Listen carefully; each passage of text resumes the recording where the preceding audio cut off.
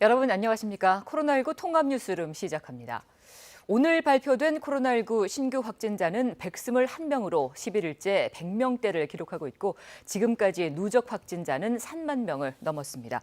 먼저 KBS 재난방송센터 연결해서 코로나19 현황 그래프로 자세히 살펴보겠습니다. 이혜진 기자, 오늘 오전 발표된 코로나19 국내 발생 현황부터 정리해 주시죠. 네, 국내 코로나19 신규 확진자는 오늘 0시 기준으로 121명입니다. 이 가운데 해외 유입이 22명이고요. 국내 발생이 99명으로 지난달 중순 이후 처음으로 100명 이하로 줄었습니다. 사망자는 3명이 더 발생해서 누적 사망자는 358명이 됐습니다. 신규 확진자를 지역별로 보면요. 서울이 30명으로 가장 많고 그다음 경기가 27명입니다. 여전히 수도권에서 확진자가 많이 나오고 있습니다. 그런데 대구에서도 하루 만에 14명이 추가가 돼서 수도권 이외 지역의 확산세도 여전합니다.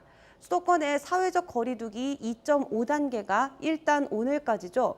연장 여부가 논의 중인데 그동안의 발생 추이를 보겠습니다. 지난달 14일 신규 확진자가 103명으로 급격히 늘어나기 시작해서 8월 27일 441명으로 정점을 찍었습니다. 정부의 강화된 조치 등의 영향으로 감소세를 보이다가 100명대가 된 이후 오늘까지 11일째 답보 상태입니다. 확산세가 크게 꺾이지 않고 있는 건데요. 지난 봄 상황과 한번 비교를 해보겠습니다. 대구를 중심으로 세 자릿수 확산세가 연속으로 발생한 건 2월 21일부터였습니다. 약 20여일간 지속이 됐는데요. 그런데 지금은 한 달째 세 자릿수 확산세가 이어지고 있습니다. 코로나의 잠복기가 최대 2주이기 때문에 보통 한 집단을 통해 대규모 유행이 일어나면 2, 3주를 고비로 보는데 그 기간을 지나서도 계속되고 있는 겁니다. 지난 봄보다는 하루 신규 확진자 규모가 적지만 길게 이어지고 있는 상황이라 걱정입니다. 네, 지금까지 총 누적 확진자가 2만 2천여 명인데 수도권을 중심으로 확산세가 주춤해지긴 했지만 두 자릿수로 줄지 않고 있는데요. 그 이유가 뭘까요? 네, 현재 진행 중인 주요 사례를 보면요. 8.15 광화문 집회가 565명인 걸 제외하고는 모두 다 두 자릿수입니다. 한 집단에서 대규모 유행이 발생하기보다는 산발적인 감염이 많이 발생하고 있습니다. 보시면은 발생 집단도 다양한데요. 그러다 보니까 최근 2주간의 집단 발병 비율과 확진자를 접촉을 통해서 감염된 게 비율이 거의 비슷해졌습니다. 게다가 감염 경로를 모르는 확진자가 622명이고 전체의 23.4%나 됩니다. 방역 당국이 선제적인 조치를 하기가 쉽지 않은 상황입니다.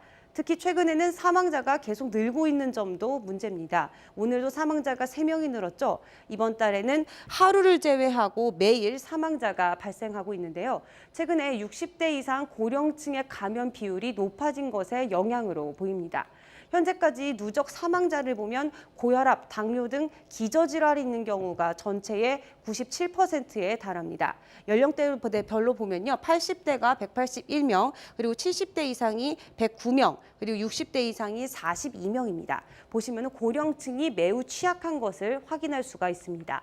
주말입니다. 모든 사람들, 특히 고령층은 야외 활동 그리고 직접 대면하는 종교 활동을 삼가고 개인 위생 관리에 신경 써야 합니다. 지금까지 재난방송센터에서 KBS 뉴스 이혜진입니다.